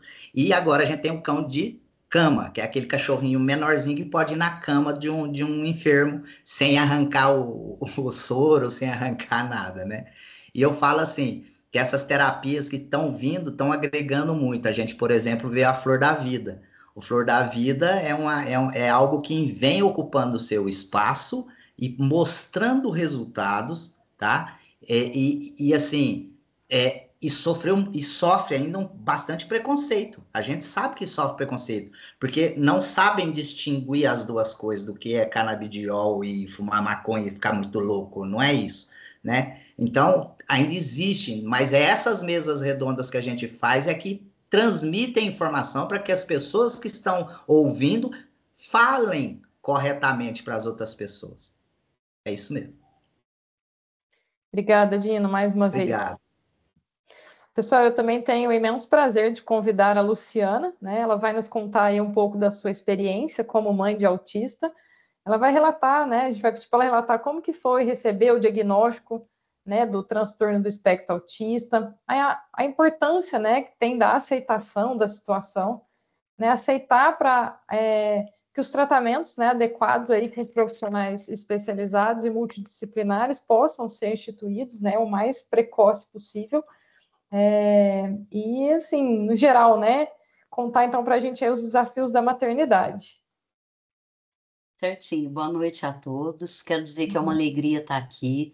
Quero agradecer a Fernanda, né, o pessoal aí da Unifran pelo convite. Gente, é muito importante essas mesas, essas conversas sobre o autismo são muito importantes, né, para estar informando a sociedade de um modo geral, né. Quero dizer que é uma alegria reencontrar a Flávia, a Marília, minhas parceiras de luta aí em prol da educação especial, né? E parabéns, Cadu, né, por especializar-se, né, e prestar um atendimento de excelência. É isso que nós precisamos, é disso que nossos filhos precisam, né? Bom, eu sou a Luciana, mãe do André, né? O André tem 16 anos, ele é autista nível 1 de suporte, altas habilidades e surdo oralizado, né? Então, assim, a primeira coisa, a gente notou que o André demorou a falar, né? Então, procuramos fono, né? Já fomos atrás de uma fono, ele começou a fazer tratamento e devagarzinho foi falando. Mas a gente sabia que ele era um pouco diferente, né? Assim, percebemos que ele andava na ponta dos pés, que ele era uma criança muito ativa, mas ele sempre parava quando tinha música, né? Até hoje o hiperfoco dele é a música, ele é multi-instrumentista, né? E então, assim, no início a gente até pensou numa hiperatividade, aí acabamos é, buscando. A coisa mais difícil é um diagnóstico, gente. A Flávia falou muito bem. Lamentavelmente, muitas famílias não têm condição de fazer um diagnóstico, porque procura um profissional, procura outro, até a gente conseguir é complicado, né? E aí o André começou a ler com 5 anos, sem a gente ter ensinado. Ele frequentava uma escola que não ensinava a ler nessa idade, sequer ensinava as sílabas. Enfim, a gente procurou um médico e ele acabou sendo diagnosticado com autismo. Aí, a primeira coisa é a reação da família. Para mim e para o meu marido, assim, no início até foi tranquilo, sabe? Nós falamos, é autista? Tá, o que que nós precisamos fazer? Nós já descobrimos isso, e agora, né? E daqui para frente? Mas assim, meus irmãos falavam, não, ele não é autista, porque o autista é assim, o autista é assado. E assim, tem muito isso, né? Todo mundo acha que todo autista é igual, né? E cada um é de um jeito. Aliás, o André fala, todos nós somos diferentes, ninguém é igual a ninguém, né? Então, eu acho que é bem isso mesmo. E aí, então, houve uma certa dificuldade dos meus irmãos, pai, né, aceitarem, né? E assim, isso que a Dona Irã falou, assim, me tocou profundamente, porque de fato a sociedade meio que romantiza a questão do autismo, né? E assim, pai e mãe que tem uma criança autista, um jovem, né, ou um adulto, filho autista, sabe o que que é isso, os desafios que isso impõe para a família, né? Um deles, por exemplo, quando todas as crianças são convidadas para determinadas coisas, o autista às vezes não é. Talvez assim, porque as pessoas tenham medo, sabe, de não saber lidar com ele. É, por diversas razões, sabe? Eu não atribuo só o preconceito, não, sabe? Eu acho que tem muito medo envolvido aí. Mas isso é fato, isso acontece, né? Então, assim, no meu caso, eu, meu marido e meu filho moramos só nós aqui em Franca, nossa família é de fora. Então, a gente não tinha rede de apoio nenhum, ou seja, faz 16 anos que eu não saio sozinha com meu marido, saímos eu, meu marido e o André, sabe? Então, assim, é muito assim, né? A gente tem que correr atrás dos tratamentos, né? Graças a Deus, a gente tem um bom plano de saúde, a gente consegue dar os tratamentos para o André. Ele fez ecoterapia, o cavalo ajudou muito ele. Eu acredito que a cão-terapia deva ser muito boa também, porque assim, o animal fez muita diferença na vida do André. Ele tinha uma questão sensorial, assim, ele tinha uma questão do toque. Ele não gostava de grama, né? Ele tinha umas dificuldades. E o cavalo ajudou muito ele nisso, né? E na integração neurosensorial também foi muito positivo esse tratamento. Da TO ele já teve alta, foi excelente também o tratamento. Eu me lembro, quando ele era pequenininho, comia tudo separado. Eles têm uma seletividade alimentar, né? Então, assim, mãe, o arroz não pode encostar no feijão nem na carne. E eu tinha que pôr um em cada prato. Ele está falando aqui que ainda não gosta muito de grama, gente. Ele está ouvindo. Ele ainda não gosta muito de grama, de areia ele gosta, mas de grama não. Tá bom. Então, aí, assim, a gente foi buscando, né, essas terapias, descobrimos aos 6 anos que ele era deficiente auditivo e não descobrimos antes, embora ele estivesse na fono desde os 2 anos, por conta das altas habilidades. Ele fazia leitura labial e por ele ser, ele tem neuropatia auditiva, então há uma oscilação auditiva, é uma falha na transmissão do som, né? Então a gente demorou um pouco, mas assim, o que que eu penso sobre um diagnóstico de autismo? Não é um diagnóstico fácil, porque a gente pensa assim, eu vou ter um filho e ele vai se virar na vida adulta, e é isso que a gente quer, né? E quando a gente tem esse diagnóstico, a primeira preocupação é o quê? Eu não sou eterna. E quando eu morrer? Mais uma coisa que a dona Irã colocou muito bem aí. A gente pensa sempre isso. Mas eu acredito no quê? Que quanto mais tratamento a gente der, e quanto mais cedo a gente fizer isso, e quanto mais políticas públicas tiver para possibilitar isso, melhor para o autista, sabe? Para ele ser inserido, é como a Marília falou do movimento lá do SEI, né? Que ela organizou a audiência pública, né? E o SEI acabou permanecendo. Gente, é muito importante que nossos filhos tenham para onde ir depois da escola, para serem inseridos no mercado de trabalho, né? Eles precisam ter essa oportunidade, né? Eu acho muito importante.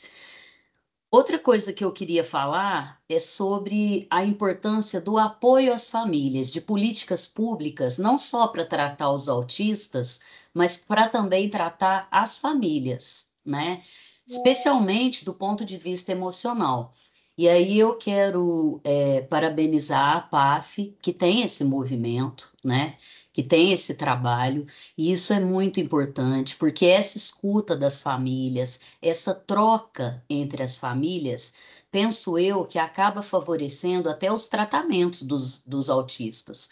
Porque uma família que escuta que o tratamento deu certo para outra, ela acaba tentando, ela acaba assim, perseverando mais, sabe?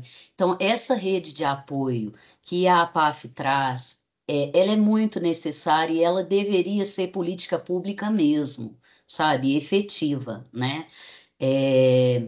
E com relação à questão educacional, a Marília já colocou sobre o nosso movimento, né? Sobre nossa ida à SEDUC.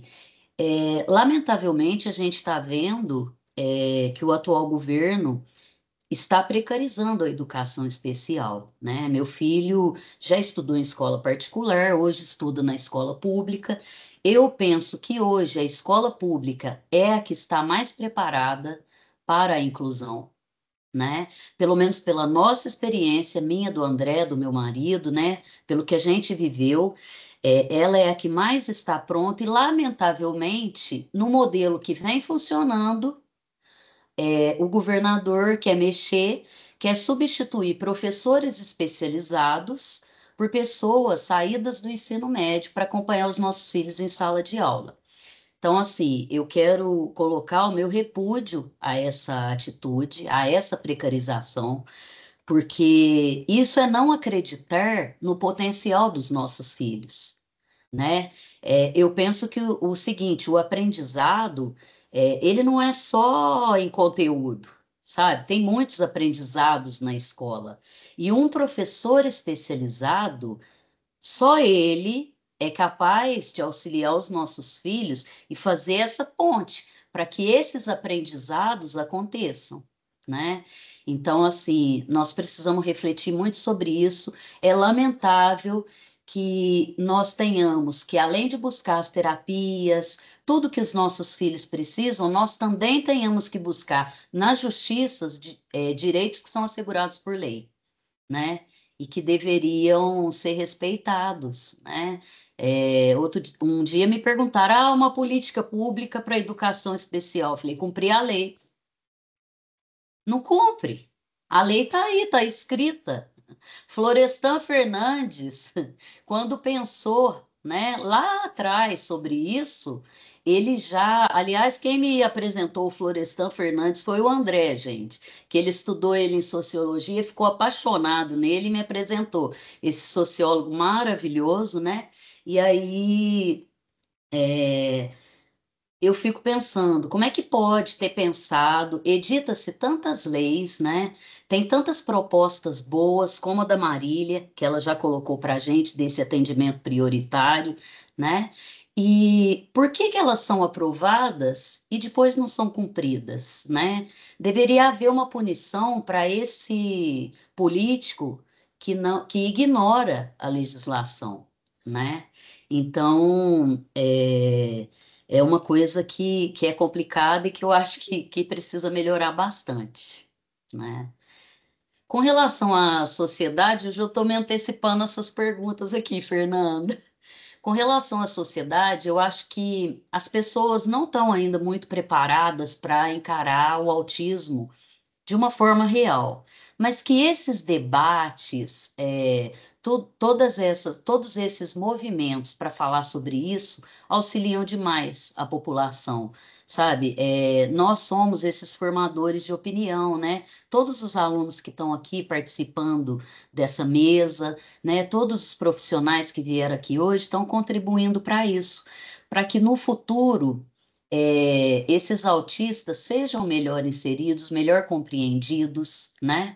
E que a sociedade não tenha tanto, vamos dizer, preconceito quanto a isso, estigma quanto a isso, sabe? Cada um é cada um tem uma peculiaridade. Vamos, desenvolver o potencial de cada um dentro daquilo que ele pode, que ele consegue, e tá tudo bem, um vai mais à frente, outro vai um pouco menos, tá tudo bem também. Afinal de contas, todo ser humano é assim, diferente um do outro, né?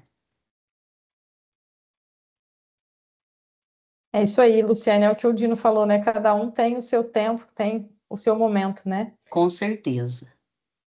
Ô, Luciana, e quais conselhos assim você daria para as outras mães que estão passando aí pelo processo de diagnóstico agora do autismo? A primeira coisa é que isso não é um bicho de sete cabeças, né? Assim, eu sei que não é uma coisa fácil, como eu já disse, mas assim, o melhor caminho é o quê? Teve um diagnóstico? Vamos analisar. Se não acreditou naquele diagnóstico, procura um outro profissional. Mas confirmado o diagnóstico, aceita. Por quê? A partir da nossa aceitação é que a gente busca tratamento e que o nosso filho progride, sabe?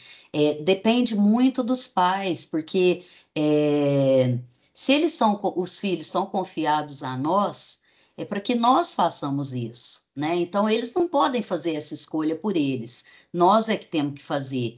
E muitas vezes a desinformação, a não aceitação, o preconceito faz com que pais e mães deixem de procurar esse tratamento ou procurem tardiamente e assim os filhos deixam de ser beneficiados em razão disso, né? Então eu posso assegurar que uma criança autista recebendo o tratamento desde cedo, desde o diagnóstico, ela melhora muito, ela tem muitos ganhos. É, por exemplo, o André, ele, já falei, é de altas habilidades, tem muita facilidade na escola, mas ele tinha uma dificuldade enorme em amarrar o tênis. Ele não conseguia amarrar o tênis.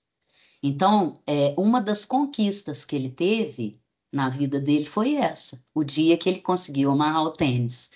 Esse comer separado, o dia que ele conseguiu, que eu fiz um mexido e ele comeu. E estava gostoso, ele falou. E hoje ele consegue misturar a comida. Tudo isso os tratamentos foram trazendo para ele, sabe? Isso de falar, não gosto de grama até hoje, mas ele consegue pisar na grama. Ele pisa, mas ele odeia, ele tá falando. Então, assim, tratamento ajuda demais, sabe? O conselho que eu dou é esse, sabe? Todo mundo tem dificuldades, sabe? Um filho típico também dá trabalho. Um filho típico também requer muitas coisas dos pais, né? Então, e a segunda coisa, que busque tratamento, sabe? A psicóloga do André, que ele faz tratamento psicoterápico desde os 8 anos, ela me indicou fazer terapia, sabe? E eu agradeço ela demais até hoje. Todos nós deveríamos fazer terapia, né? Psicoterapia. Mas assim, quando ela indicou para mim, eu acho que o progresso dele foi infinitamente maior quando eu pude também ser acompanhada, porque muitas angústias minhas acabavam atrapalhando o André. Então, quando a gente também é atendido, a gente busca também para si tratamento, a gente também pode atender melhor os nossos filhos naquilo que eles precisam, né? Agora, Fernanda, eu queria te perguntar se a gente teria mais uns 3 minutinhos aí. O que que você acha? Claro, com certeza. Porque eu e o André vamos fazer uma surpresa para vocês. Ai, que delícia.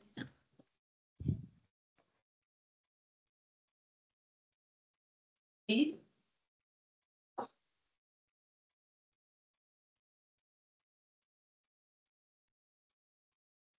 como eu falei, o André é multi-instrumentista, então hoje ele vai fazer uma música aqui para a gente. Nós vamos fazer uma música para vocês. Seja bem-vindo, André.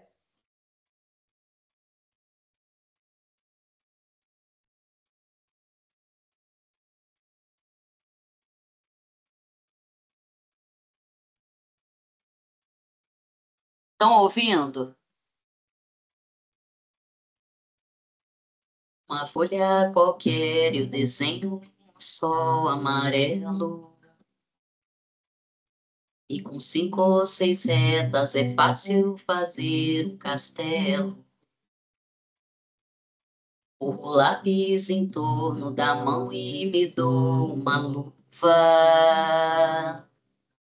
E se faço chover com 2 ciscos, tem um guarda-chuva.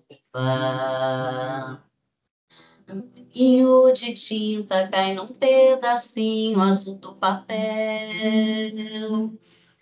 Um instante imagino uma linda gaivota voar no céu.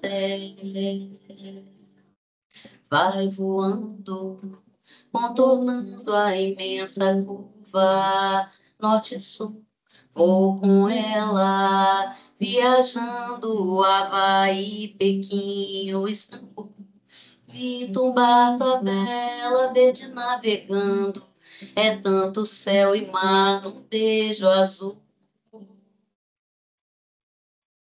E entre as nuvens vem surgindo um lindo avião, rosa e grená, tudo em volta, colorindo com suas luzes a piscar. Basta imaginar e ele está partindo, sereno e se a gente quiser, ele vai pousar.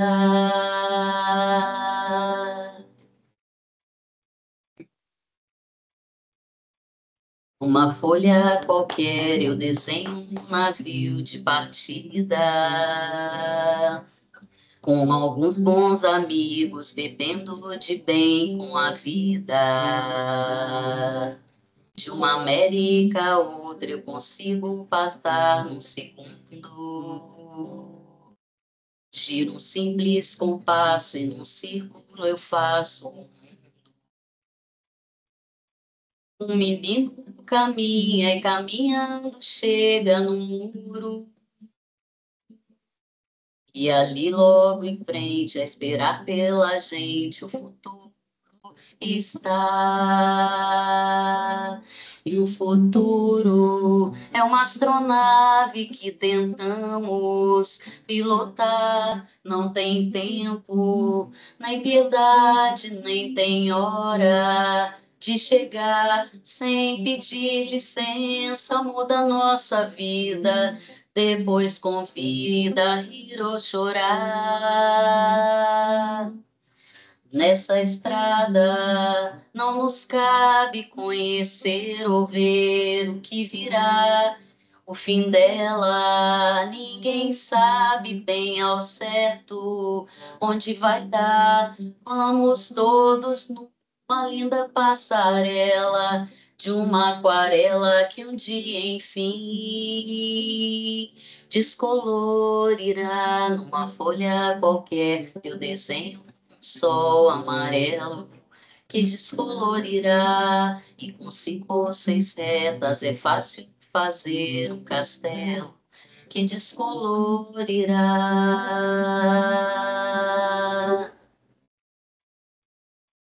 que descolorirá.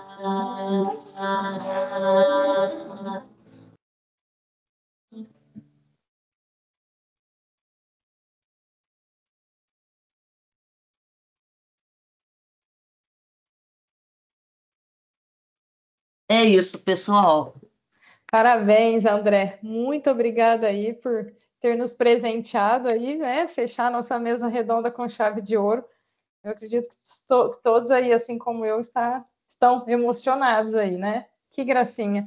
Luciana, a gente também só tem que te agradecer, né? Porque todo ano a gente tenta sempre trazer algum familiar ou algum autista mesmo para conversar conosco. E a gente sabe que alguns não aceitam, alguns acham que isso é muita exposição, né? Então a gente agradece o seu ponto de vista e por passar tudo isso para a gente, para as famílias, para todos aí. Então, só agradecer, né? Que felicidades aí para o André, que com certeza vai ter um futuro aí brilhante. Viu? Muito obrigada mesmo pela sua participação e pela do André. Nós que agradecemos.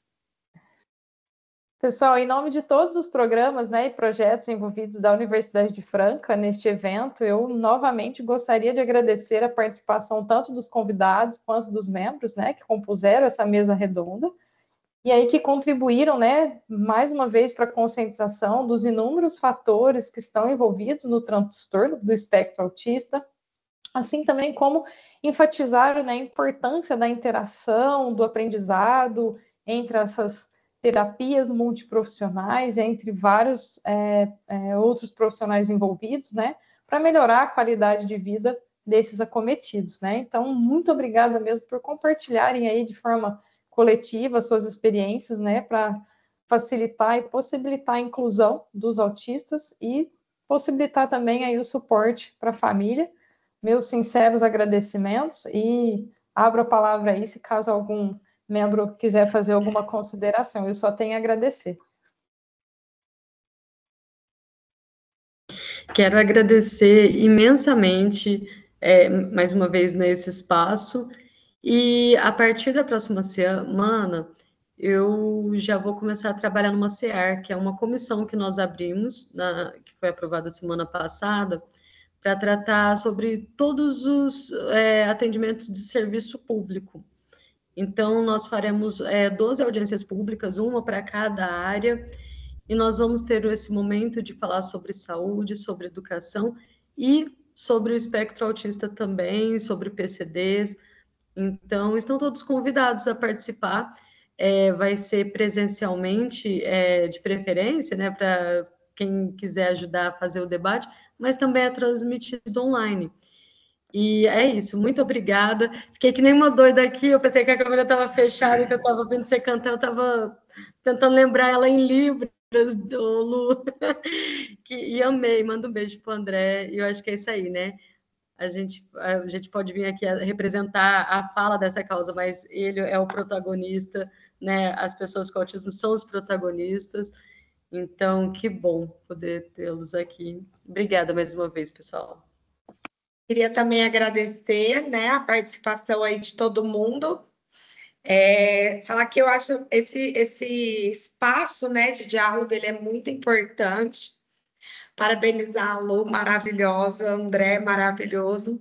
A gente costuma falar no conselho lá da pessoa com deficiência que nada de nós sem nós, né? Então, eu acho muito importante a presença do André aqui também.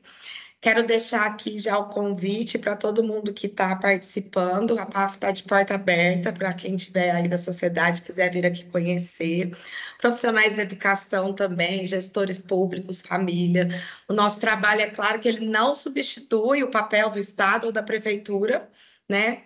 Mas ele é uma ponte, e assim, é uma ponte feita por quem ama, por quem luta, por quem acredita e por quem tem respeito, né, a essa causa tão importante. Eu acho que o direito à dignidade, isso é inegociável, né? A gente não precisa ter um filho com autismo, um parente com autismo, para a gente entender o quão é importante a gente lutar por essa causa, né? Então, agradecer, né? O Dino trouxe aí a palavra Flor da Vida, eu faço parte da Flor da Vida também, né? Hoje a PAF existe por causa da Flor da Vida. Então, quem quiser conhecer mais do nosso trabalho, pode entrar na rede social, pode vir aqui, que a gente está de portas abertas para receber todo mundo. Obrigada.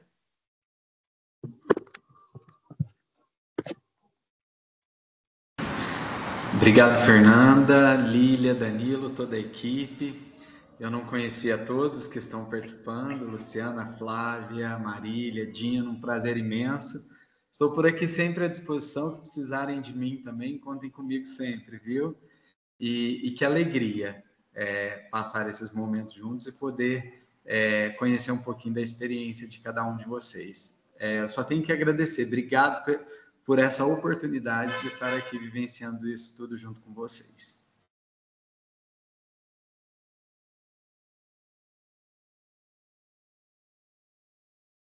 Eu também, Fernanda, quero agradecer novamente a oportunidade, a abertura dessa mesa, né, para fala sobre o autismo. Isso é muito importante para nós, para toda a sociedade. Então, gratidão mesmo, continuem fazendo isso. Também me coloco à disposição sempre que vocês precisarem, tá? O André adora tocar, adora se apresentar. Então, com certeza, ele gostou muito de participar, tá? E eu gostei muito também de conhecer as pessoas que eu não conhecia, que a Flávia e a Marília já são parceiras, mas o Dino e o Cadu não, né? Não conhecia, você também não, Fernanda. Gostei demais, aprendi muito com vocês, viu? Obrigada.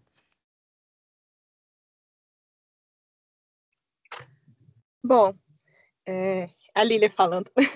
Gostaria de agradecer a cada um de vocês, não só pela palestra, mas pela causa de vida que vocês têm.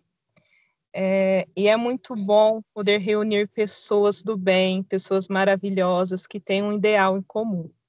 E aproveitando, quero convidá-los, alguns já foram convidados, para dia 17 de maio estar conosco no primeiro fórum sobre o autismo. Ele vai ser realizado uma semana após o Dia das Mães, porque o foco desse evento será a família, será as mães. Então, Luciana, a Flávia já topou, já está conosco nessa outra empreitada, no mês da saúde mental materna, falar sobre um pouco, abrir um espaço para as mães de pessoas com autismo, né? Então, agradeço a cada um de vocês. A Marília também já está conosco, né, Marília, pelo Mulheres do Brasil. E é uma grande honra poder ouvi-los e aprender com vocês durante essa noite. Obrigada.